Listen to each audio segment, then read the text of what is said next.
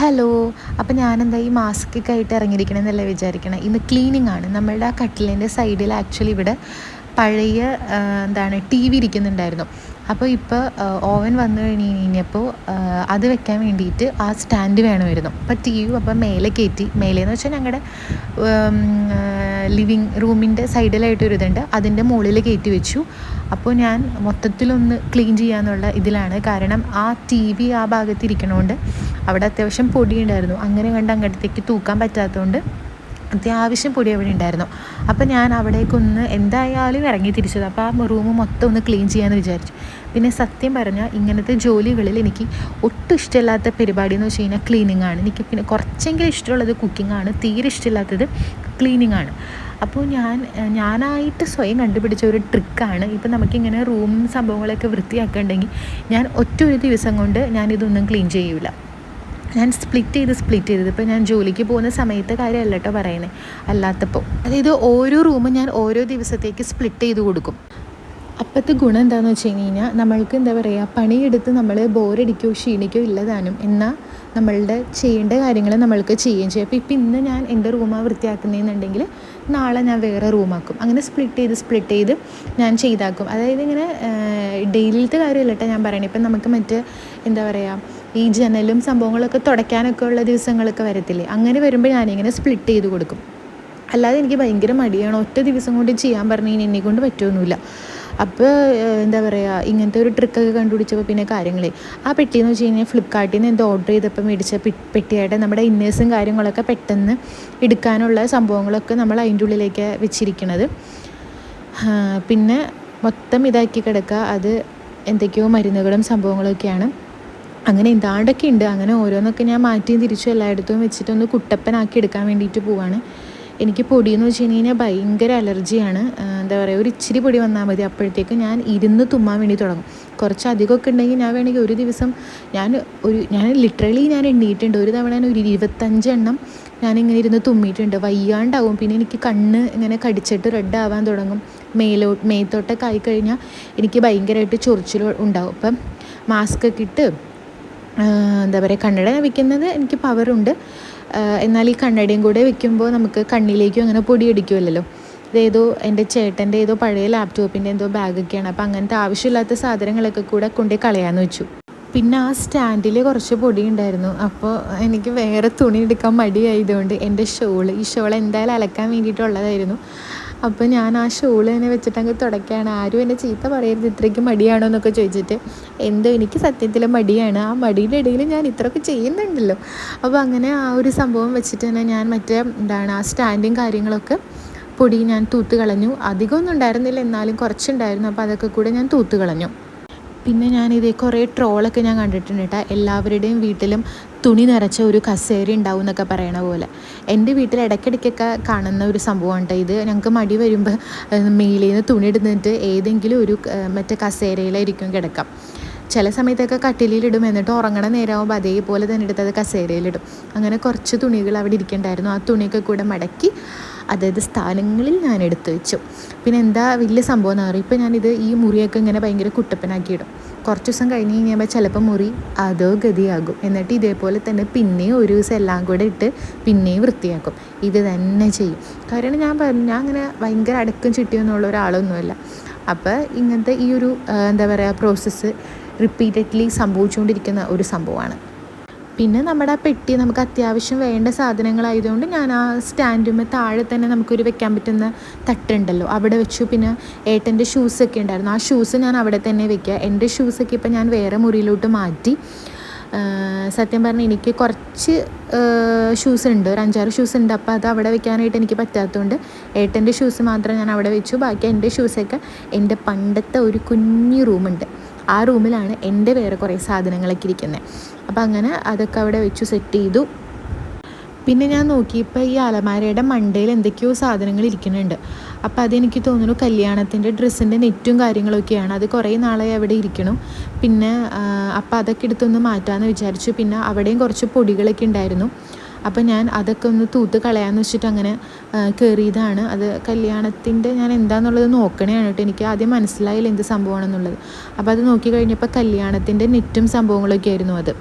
പിന്നെ അതൊക്കെ ഞാൻ പൊടി തട്ടി മാറ്റിയിട്ട് അലമാരയുടെ ഉള്ളിൽ തന്നെ തട്ടിക്കയറ്റി. പിന്നെ അവിടെ നമ്മൾ അനക്കാത്തതുകൊണ്ട് കുറച്ച് പൊടി ഇരിക്കണ്ടായി. പിന്നെ അപ്പുറത്തെ സൈഡിൽ അപ്പോൾ റീസെൻ്റ്ലി വെച്ചതാണ്, അപ്പോൾ അവിടെ അങ്ങനെ പൊടി ഉണ്ടായിരുന്നില്ല. അപ്പോൾ ഉള്ള ഭാഗത്ത് ഞാൻ മേലെ കയറി പൊടിയും കാര്യങ്ങളൊക്കെ ഞാൻ തൂത്തു. ഇതൊക്കെ ഞാൻ ആ ഷോള് വെച്ചിട്ടൊക്കെ തോക്കണത് എനിക്ക് മടിയായിട്ട്. പിന്നെ ആ മരത്തിൻ്റെ ഇടയിലൊക്കെ നമുക്ക് പൊടി കയറി ഇരിക്കണ്ടായിരുന്നല്ലോ. അപ്പം അങ്ങനെ അതും എന്തായാലും ഇറങ്ങി തിരിച്ചതാണല്ലോ എന്ന് വിചാരിച്ച് മൊത്തം ഇതാക്കാൻ നോക്കി. എൻ്റെ സൈഡിൽ എൻ്റെ അലങ്കോലപ്പണി കണ്ടില്ലേ, നല്ല അലമ്പായി. പക്ഷെ ഞാനത് ഇതുവരെ മാറ്റിയിട്ടില്ല, ഞാൻ മാറ്റൂല എൻ്റെ പൊന്നി. അത് ആ മേലത്തേൽ ഇച്ചിരി അകത്തി ഒട്ടിച്ചിരുന്നെങ്കിൽ കുറച്ചും കൂടെ വൃത്തിയുണ്ടായിരുന്നു. ആ സൈഡിൽ ഇങ്ങനെ കാണുമ്പോൾ കുറച്ച് ഭംഗിയില്ലേ, അതേപോലെ തന്നെ ആ മേലെ ഒട്ടിച്ചാൽ മതിയായിരുന്നു. അതിന് ആക്രാന്തം മൂത്ത് ഞാൻ അങ്ങ് ഒട്ടിച്ചതാണ് ആ സാധനം. അപ്പോൾ പോട്ടെ. അപ്പോൾ അങ്ങനെ ഞാൻ ആ മറ്റേ അലമാരയും തൂത്തു. അലമാരയുടെ സൈഡിലും കുറച്ച് പൊടിയൊക്കെ ഉണ്ടായിരുന്നു, അതെല്ലാം ഞാൻ കളഞ്ഞു. അങ്ങനെ അലമാരേനെ ഒരു കുട്ടപ്പനാക്കി എടുത്തു. അപ്പോൾ അടുത്ത ടാസ്ക്കായിട്ട് ഞാൻ ഫാൻ തുടയ്ക്കാൻ കയറി. ഞാൻ മറ്റേ സ്റ്റൂളിട്ടിട്ട് തുണി വെച്ച് തുടയ്ക്കാൻ വേണ്ടി ഞാൻ ആദ്യം നോക്കി. പക്ഷെ എനിക്ക് പേടിയായതുമ്പോൾ കയറി നിൽക്കും. കാരണം പപ്പ അവിടെ വേറെ പണിയിലായിരുന്നു അടുക്കളയിൽ. അപ്പോൾ പിന്നെ ഞാൻ വിളിച്ചില്ല, ഏട്ടനും ഇല്ല. അപ്പോൾ അതിൻ്റെ മേലെ തനിയെ കയറാൻ എനിക്ക് പേടിയായി. പിന്നെ ആ കറുത്തിരിക്കണത് സൈഡിലിരിക്കണത് അങ്ങനെ മൊത്തം ചെളിയല്ല കേട്ടോ. ഇവിടെ നിന്ന് നോക്കുമ്പോൾ നിങ്ങൾക്ക് ചെളിയായിട്ട് തോന്നും. കുറച്ചൊക്കെ പൊടി ഉണ്ടായിരുന്നു, അത് ഇതും കൊണ്ട് പോകാൻ പറ്റുന്നതായിരുന്നു. ഞാനിങ്ങനെ തുടച്ച് കഴിഞ്ഞപ്പോൾ അതിൻ്റെ എന്താ പറയുക, ആ വെള്ള അതിൻ്റെ കളറ് പൊളിഞ്ഞ് വരായിരുന്നു. അപ്പോൾ അങ്ങനെ പൊളിഞ്ഞ ഭാഗത്താണ് ആ തുമ്പത്തൊക്കെ അങ്ങനത്തെ കളർ ഇരിക്കണേ. പിന്നെ വേറൊരു ട്രിക്ക് എന്ന് വെച്ച് കഴിഞ്ഞാൽ ഇതുപോലെ നമ്മൾ എന്താ പറയുക തുടച്ചിടാം. എന്നിട്ട് ഞാനൊന്ന് ഫാൻ ഓൺ ചെയ്യും. ഫാൻ ഓൺ ചെയ്ത് കഴിയുമ്പോൾ അവിടെ നമുക്ക് കിട്ടാത്ത സംഭവങ്ങളൊക്കെ ആ ഒരു ഇളക്കം തട്ടി കഴിഞ്ഞ് കഴിയുമ്പോൾ പറന്ന് നിലത്തേക്ക് വീഴുമല്ലോ. അപ്പോൾ അങ്ങനെ ഞാനിങ്ങനെ ചെയ്തപ്പോൾ ഫാനിൻ്റെ സംഭവങ്ങളൊക്കെ പൊടിയൊക്കെ ഞാൻ തുടച്ചെടുത്തു. ആരെങ്കിലും പിടിക്കാനുണ്ടായിരുന്നെങ്കിൽ ഞാൻ കയറിയിട്ട് തുണി വെച്ച് തുടച്ചേനെ. ഇതിപ്പോൾ പപ്പ അവിടെ വേറെ പണിയിലായിരുന്നു, അപ്പോൾ പിന്നെ വേറെ ആരും ഇല്ല. അപ്പോൾ പിന്നെ അതിൻ്റെ മേലെ കയറി തലയും കുത്തി വീഴണ്ടെന്ന് ഓർത്തിട്ട് ഞാൻ ഇങ്ങനെ ചെയ്തു. പിന്നെ ഞാൻ പറഞ്ഞു കേട്ടിട്ടുണ്ട് ആർക്കും ജനൽ തുടയ്ക്കാൻ വേണ്ടിയിട്ട് ഇഷ്ടമല്ലാന്ന്. പക്ഷേ എനിക്ക് ജനൽ തുടയ്ക്കാൻ അത്ര വലിയ പാടായിട്ട് തോന്നിയിട്ടില്ല. കാരണം എന്താണെന്ന് വെച്ച് കഴിഞ്ഞാൽ ഇപ്പം അധികം പൊടിയില്ലാത്തതുകൊണ്ടാണ് ഞാൻ തുണി വെച്ച് തുടയ്ക്കുന്നത്. അല്ലാത്ത സമയത്ത് ഒരു എളുപ്പപ്പണി എന്താണെന്ന് വെച്ച് കഴിഞ്ഞാൽ നമ്മുടെ വീട്ടിൽ എവിടെയെങ്കിലും നമ്മുടെ വീട് പെയിൻറ്റ് ചെയ്യുന്ന ബ്രഷ് ഉണ്ടല്ലോ പഴയത്, ആ ബ്രഷ് ഉണ്ടെങ്കിൽ അത് വെച്ചിട്ട് ഇത് ഷൂ എന്ന് ഇങ്ങനെ അങ്ങോട്ട് കാണിച്ചാൽ മതി. വേഗം തന്നെ പൊടി വരും. പെട്ടെന്ന് നമുക്ക് ഒരു പാടും ഇല്ലാണ്ട് പെട്ടെന്ന് തന്നെ പൊടി വരും. തുണി നനച്ച് തുടയ്ക്കാമെന്ന് വെച്ചാൽ ഭയങ്കര പാടല്ലേ. പക്ഷെ നിങ്ങൾ ഇനിയിപ്പം നിങ്ങളുടെ വീട്ടിൽ പഴയ ബ്രഷ് ഇരിക്കുന്നുണ്ടെങ്കിൽ അത് വെച്ചിട്ടൊന്ന് ജനൽ തുടച്ച് നോക്കുക. നല്ല അടിപൊളിയായിട്ട് സംഭവങ്ങൾ വരും കേട്ടോ. അതുമാത്രമല്ല, ജനൽ മാത്രമല്ല, ഷെൽഫും കാര്യങ്ങളൊക്കെ പൊടി കളയാൻ വേണ്ടിയിട്ടും തുണീനെക്കാട്ടിലും ബെറ്റർ ആ ഒരു ബ്രഷ് വെച്ച് ചെയ്യുന്നതാണ്. ഇനി വേറെ പ്രത്യേകിച്ചൊന്നുമില്ല. മാറാലയൊക്കെ കുറച്ച് നാൾ മുന്നേ തൂത്തുകൊണ്ട് മാറാലയൊന്നും ഉണ്ടായിരുന്നില്ല. അപ്പം ഞാൻ ഒരു സൈഡിൽ നിന്ന് അങ്ങ് തൂക്കാമെന്ന് വിചാരിച്ചു. ആ നിലത്തെടുക്കണത് ഏട്ടൻ്റെ ഡമ്പലാണ് കേട്ടോ.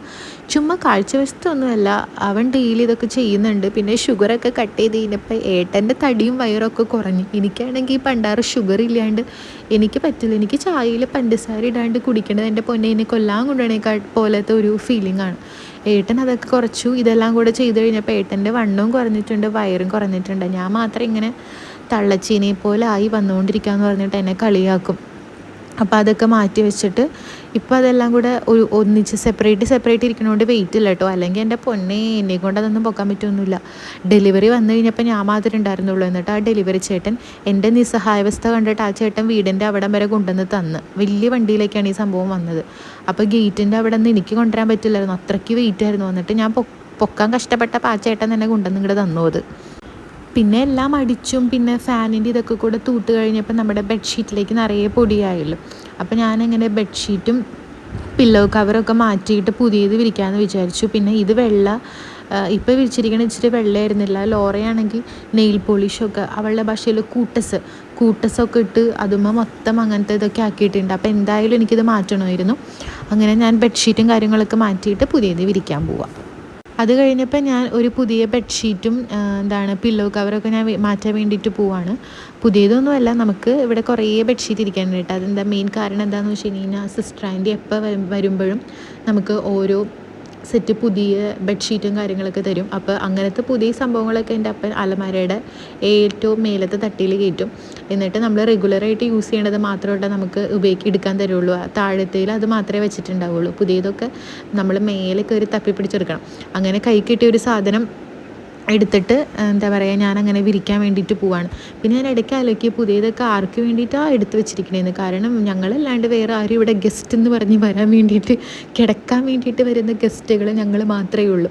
പിന്നെ ആർക്ക് വേണ്ടിയിട്ടാണ് ഈ പുതിയതൊക്കെ എടുത്ത് വെച്ചിരിക്കണമെന്ന് ചില നേരത്ത് ഞാൻ തോന്നും. പിന്നെ കൈക്കിട്ട് ഒരു ബെഡ്ഷീറ്റൊക്കെ വിരിച്ചു, പില്ലോ കവറൊക്കെ ഇട്ട് കട്ടിലേക്ക് അങ്ങനെ കുട്ടപ്പനാക്കി. അങ്ങനെ ഇത് എല്ലാം കഴിഞ്ഞ് തൂത്ത് തുടച്ചെല്ലാം കഴിഞ്ഞ് കഴിഞ്ഞപ്പോൾ എൻ്റെ മുറി നോക്കി നല്ല അടിപൊളിയായിട്ടില്ലേ. ഇപ്പോൾ ഈ റൂമിലോട്ട് നോക്കുമ്പോൾ ആഹാ എന്താ അന്തസ്. അങ്ങനെ എല്ലാ പണികളും കഴിഞ്ഞ് തൂത്ത് തുടച്ചൊക്കെ സെറ്റാക്കിയിട്ടിട്ടുണ്ട് കേട്ടോ.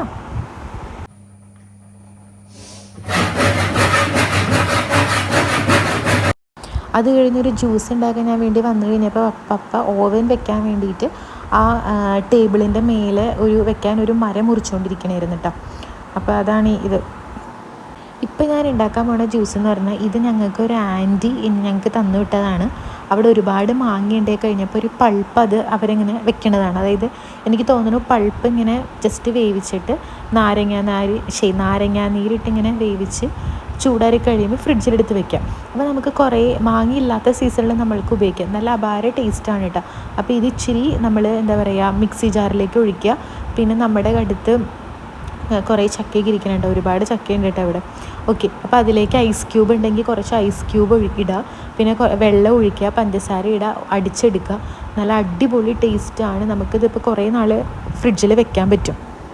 പണിയൊക്കെ എടുത്തു കഴിഞ്ഞപ്പോൾ ഭയങ്കര ദാഹം, അതുകൊണ്ടാണ് ഞാൻ ജ്യൂസ് ഉണ്ടാക്കാമെന്ന് വിചാരിച്ചത്. എനിക്ക് മാത്രമായിട്ടേ ഉണ്ടാക്കിയിട്ടുള്ളൂ. പപ്പയുടെ അടുത്ത് ചോദിച്ചപ്പോൾ പപ്പയ്ക്ക് വേണ്ടാന്ന് പറഞ്ഞു. അങ്ങനെ ഒരു ഗ്ലാസ് മാംഗോ ജ്യൂസൊക്കെ ഉണ്ടാക്കി വെച്ചു.